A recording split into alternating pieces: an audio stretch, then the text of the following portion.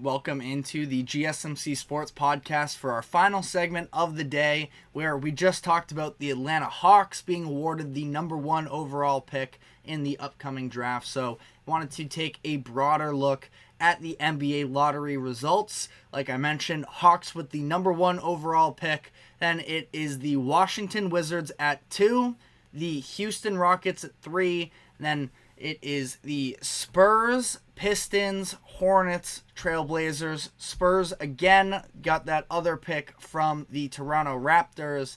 At number 9, it is the Grizzlies, followed by the Jazz, Bulls, Thunder, who get their pick from the Rockets, the Kings, and then the Trailblazers once again getting their pick from Golden State. So ultimately here, we just went in depth with the Hawks decision here. I want to look at the fact that the Spurs have 2 picks in the top 8.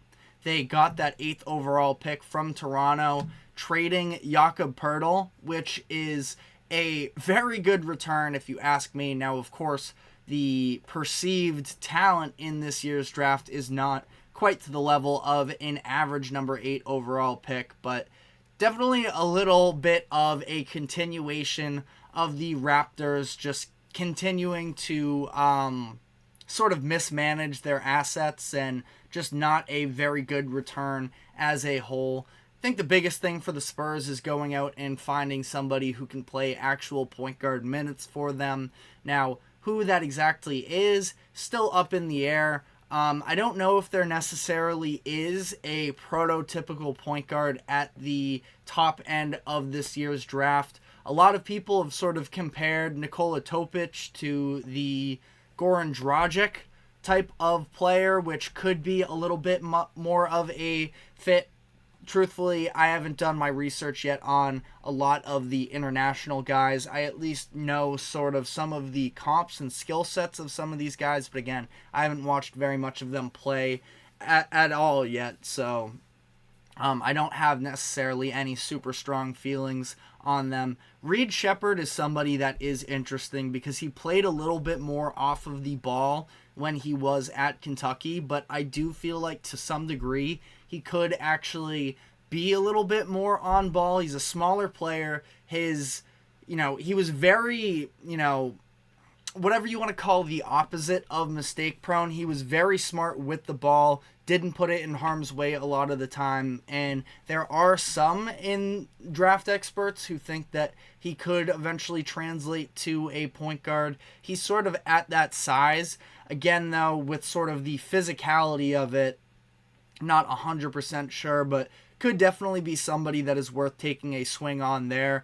Isaiah Collier, maybe more at that number 8 spot. Now, he could be somebody who could definitely rise up, I feel like, throughout this draft process in terms of someone who dealt with an injury during the regular season for USC this year. It was a bad USC team anyways, and I think that he could be somebody with his elite athleticism. He does have the dribble drive and being able to pass out that could work alongside Wemby. And I talked about this before as well. I feel like for the Spurs, it would be massive for them to be able to get somebody that is able to, of course with Wemby alone, but the idea of having somebody to sort of relieve the pressure as well on Devin Vassell, who at his core is more of a catch and shooter, but we saw that he definitely has the on-ball skills, and maybe now he's more of a combo guard than a traditional 2 guard, but that could be something that could definitely help them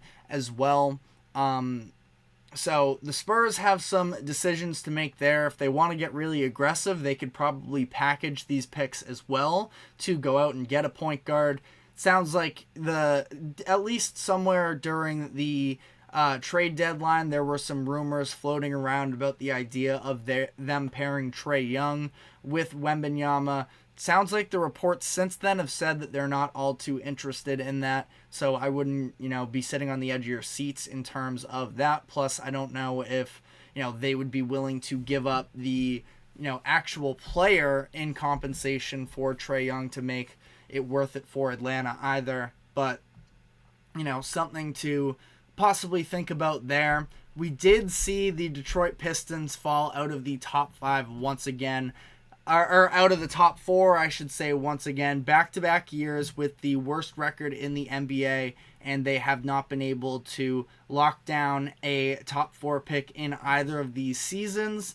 Now, last year probably hurts a little bit more than this year, but they ended up winning the lottery for Cade, which is at least a positive for them. I think that, Paolo obviously also would have been very nice, or at least to have some options there at the top of the draft season. They end up getting Amen Thompson, who I do think can be a player, at least that's a nice, starting caliber player.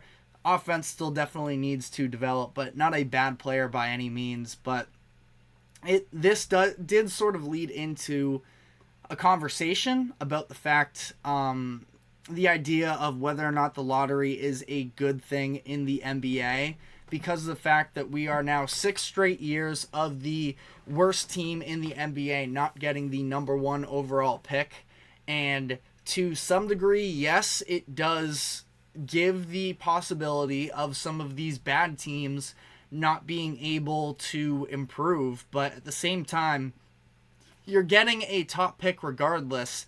And frankly, the NBA just dealt with a lot of issues in terms of tanking for a lot of the 2010s, and that's why we've seen the reduced lottery odds. It's why we see the play-in tournament. It's to try and incentivize these other teams to actually, be competitive. And I don't really have a problem with it. I understand if you are a fan of a team that's at the bottom of the league, definitely be a frustrating process, but I at least don't have any frustrations with it myself. But let me know what you think in the comments section. But other than that, looking around the top 14 here, Oklahoma City being in the lottery once again is an interesting conversation. Talked about the idea of, I think they're going to need to shuffle up the rotation a little bit with Josh Giddey. Could potentially try and package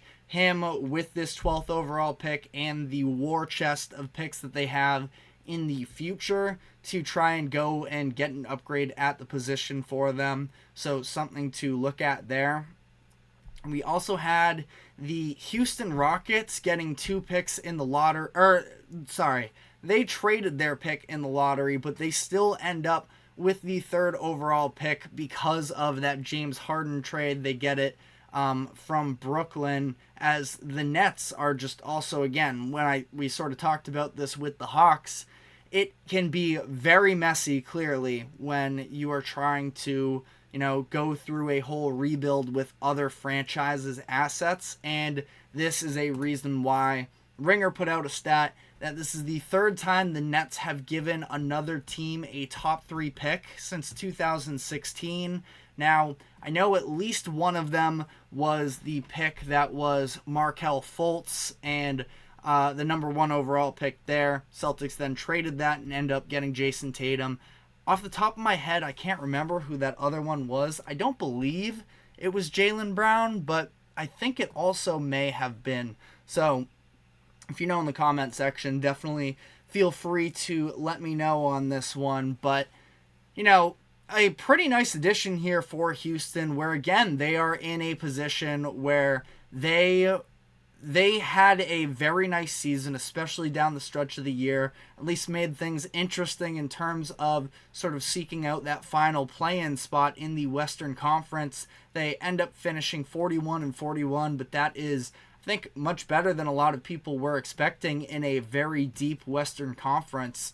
And now having the number 3 overall pick, again, every time I feel like we're going to be talking about this draft for the next handful of months, I should really say, that we know the talent, the top-end talent isn't necessarily there, but there are definitely players I do think can be, positive assets, positive role players for a team that if you are one of these teams like Houston, or if you are, out of these other teams, let's say a Memphis, I'm sure they sort of wish that they had gotten a little higher in this draft, because it's these, again, younger teams but do feel like they have a chance of competing. You can maybe get a player that is slightly more, NBA ready. There are a couple older prospects. Dalton Knecht is one out of Tennessee, where played 4 or 5 years at the college level. Should be a scorer, I think, from day one when he steps into the NBA, and could definitely be an asset, where in other drafts where there's a lot more freshman youth talent, that we could potentially see him go a little bit higher despite his age, because of the fact that the rest of the talent sort of surrounding them is not elite necessarily in this draft class. But we're going to be doing tons more NBA draft, at least as the offseason progresses. But that is all the time we have for today. Thank you very much for tuning into the GSMC Sports Podcast. Thank you to the GSMC Sports Network for allowing us to host this show. Remember to like, follow, subscribe wherever you keep up with us. Check us out on social media as well for more exclusive short content. And we are live every 2 to 3 p.m. Eastern on weekdays. So we will be back tomorrow. Take care, and we will see you then.